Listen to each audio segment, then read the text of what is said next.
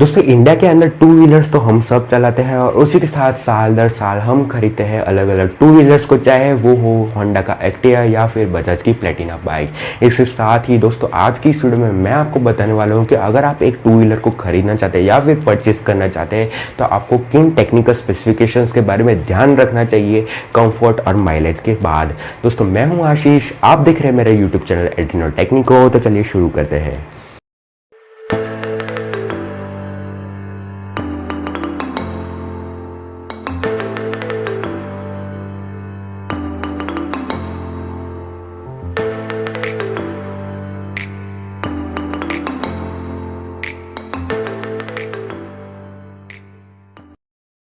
दोस्तों इंडिया के अंदर 2016 से जो इंडियन व्हीकल रेगुलेशंस एक्ट है उन्होंने मैंडेटरी चीज़ें बहुत सारी अप्लाई कर दी है, लेकिन आज तक हमें उन चीज़ों के बारे में देखने को नहीं मिला या फिर देखने को मिला भी है तो बहुत ही कम व्हीकल्स के अंदर को देखने को मिला है। दोस्तों 2016 से इंडियन व्हीकल रेगुलेशंस एक्ट के हिसाब से किसी भी 125 सीसी यानी फिर 125 सीसी डिस्प्लेसमेंट वाले इंजन के अंदर आपको ABS होना एक मैंडेटरी बात बन जाती है, यानी कि आपके जो व्हीकल है जो 125 सीसी से ऊपर है, जो भी कोई मैन्युफैक्चर करता है तो उसके अंदर ABS इक्विप्ड होना बहुत ही ज़रूरी बात हो जाती है। अब सबसे पहले हम बात करते हैं ABS के बारे में। आपने कई सारी वीडियोस देखी होगी ABS के अंदर। दोस्तों ABS है एंटी लॉक ब्रेकिंग सिस्टम, यानी कि जब भी आप कोई भी एक व्हीकल चलाते हैं इमरजेंसी में आपके पीछे एक पिलियन बैठा हो सकता है, यानी कि आपके पीछे जो सवारी जो बैठे हुए होते हैं, आप खुद एक व्हीकल चलाते हैं, अगर मान लीजिए आपके सामने आ जाती है एक गाड़ी, आप चला रहे हैं कोई भी एक व्हीकल या फिर एक बाइक, सबसे पहले आप अप्लाई करेंगे ब्रेक्स। ब्रेक अप्लाई करने के बाद दोस्तों होगा ये कि आपका जो व्हीकल है वो होना शुरू हो जाएगा स्किड।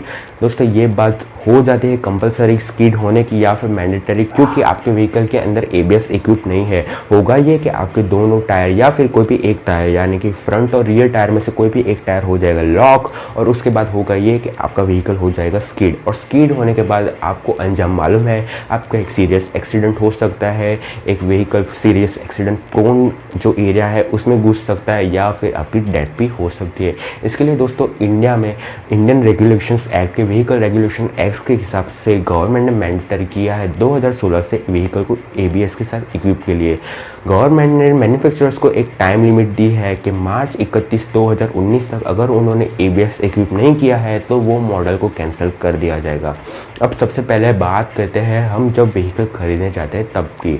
हम कोई भी बाइक खरीदते चाहे हो वो हीरो होंडा की स्प्लेंडर या फिर हो बजाज की प्लेटिना या फिर बजाज की पल्सर या फिर महिंद्रा की मोजो बाइक, कोई भी बाइक है, जब हम उसे बाय करने जाते हैं तो हम सबसे पहले देखते हैं माइलेज के बारे में, कंफर्ट के बारे में और उसके साथ पावर और डिस्प्लेसमेंट स्पेसिफिकेशंस के बारे में। हम दोस्तों ये नहीं देखते कि उसकी ब्रेकिंग एफिशिएंसी क्या है। हम ब्रेक्स को लगा के दे लेते हैं टेस्ट राइड के अंदर धीरे से, लेकिन जब हम हाई स्पीड पे होते हैं या फिर हमारे सामने कोई भी व्हीकल सडनली आ जाते हैं तो वो ब्रेकिंग कैसे एक्ट करेगी, हम उन चीज़ों के बारे में ध्यान ही नहीं रखते हैं।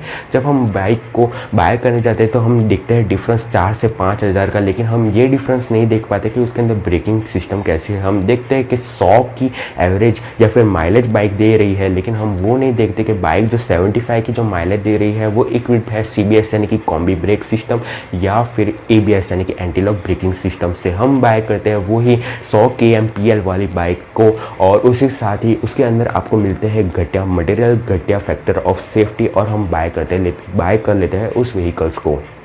अब सबसे पहले बात आ जाती है प्राइसिंग के बारे में।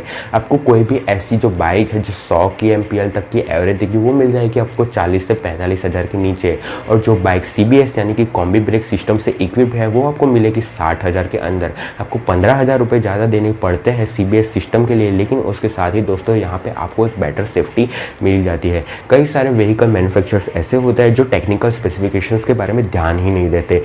मैं किन्हीं कोई भी व्हीकल मैन्युफैक्चरिंग के बारे में नाम नहीं दूंगा, लेकिन आप समझ सकते हैं कि ऐसे बहुत सारे बाइक्स आते हैं जिनमें हम साइलेंसर यानी फिर एग्जॉस्ट का मॉडिफिकेशन करते हैं, हम खुद एग्जॉस्ट को चेंज करते हैं, लेकिन ये इंडियन रेगुलेशन एक्ट के खिलाफ है। हम मॉडिफाइड नंबर प्लेट को करते हैं अपने नाम के हिसाब से, हम अपने सरनेम या फिर लास्ट नेम को ऐड कर देते हैं नंबर प्लेट के अंदर किसी तरह से, लेकिन दोस्तों वो भी एक गैर कानूनी चीज़ है। अगर आपके व्हीकल की थेफ्ट होते हैं या फिर अगर आपका व्हीकल किसी गलत चीज़ के अंदर काम आने में लगता है तो मुसीबत मुसीबत के अंदर उन चीज़ों की वजह से आप अपने नंबर प्लेट को रीड नहीं कर पाएंगे। हम ऐड करते थे हमारा जो लास्ट नेम है उसको नंबर प्लेट के अंदर, लेकिन उससे उस नंबर प्लेट को रीड करना है वो बहुत ही मुश्किल बन जाता है। उसके बाद हम बात करते हैं एग्जॉस्ट सिस्टम के बारे में। तो जो एग्जॉस्ट है उसके अंदर का जो रियर पोर्शन है वो 30 mm तक का वो एग्जैक्टली परपेंडिकुलर होना चाहिए जो व्हीकल का जो रियर टायर का जो एक्सेल है उससे, यानी कि वो एकदम पैरेलल होना चाहिए व्हीकल की सिमेट्री से, जैसे कि आप यहाँ पे पिक्चर में देख सकते हैं। लेकिन कई सारे मैन्युफैक्चरर्स इसको गोल घुमा घुमा के नॉइज़ को ज़्यादा बढ़ाने के लिए इस स्पेसिफिकेशंस को फॉलो नहीं करते। उसके बाद हम यहाँ पे बात करते हैं ड्राइव की। यहाँ पे हमारे पास होता है चेन ड्राइव। तो जो चेन की स्पेसिफिकेशन होती है वो भी एक स्टैंडर्ड स्पेसिफिकेशन होती है। अगर आप कोई भी व्हीकल चलाते हैं तो उसके अंदर जो चेन की थिकनेस होनी चाहिए वो होती है 1.8 सेंटीमीटर, लेकिन अलग अलग मैन्युफैक्चर कॉस्ट कटिंग के लिए इसको कर देते हैं 1.8 से 1.6 सेंटीमीटर। इसलिए आपने कई बार देखा होगा कि आपकी जो चेन होती है ज़्यादा जल्दी रस्ट हो जाती है और उसके बाद उसका ख़राब होना बहुत ही जल्दी ईजिली हो जाता है। दोस्तों हम बात करते हैं उसके बाद हैंडल बार की। हैंडल बार जो होते हैं वो होने चाहिए हमारे पास राउंड शेप इस तरह के, लेकिन अलग अलग मैन्युफैक्चरर अलग अलग रेसिंग या फिर कॉमर्शियल बाइक्स के हिसाब से इनको मॉडिफाई करते हैं।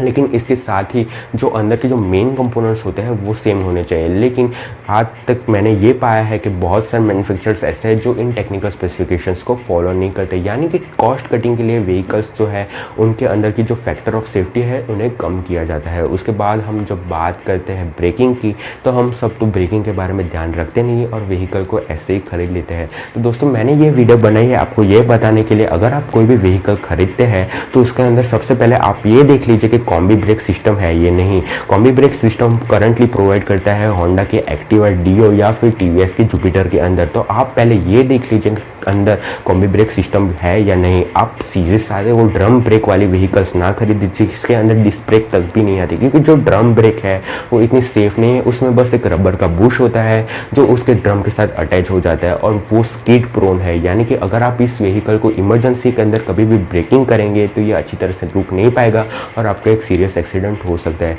दोस्तों ये था मेरी आज की इस वीडियो के लिए। मुझे उम्मीद है आपको ये मेरी वीडियो पसंद आई होगी। इसे लाइक और शेयर करे बिना बिल्कुल मत जाएगा। इसे अपने रिलेटिव्स और फ्रेंड के साथ जरूर शेयर करेगा। आप क्या सोचते हैं इंडियन व्हीकल रेगुलेशंस एक्ट के बारे में मुझे जरूर बताइएगा कमेंट्स में। आप व्हीकल को किस तरह चलाना पसंद करेंगे, उसे खरीदना पसंद करेंगे, वो भी मुझे बता दीजिएगा कमेंट सेक्शन के अंदर। दोस्तों यही था मेरी आज की इस वीडियो के लिए। मुझे उम्मीद है आपको ये वीडियो पसंद आई होगी। देखने के लिए बहुत बहुत धन्यवाद। I hope to see you in my next video. Till then take care.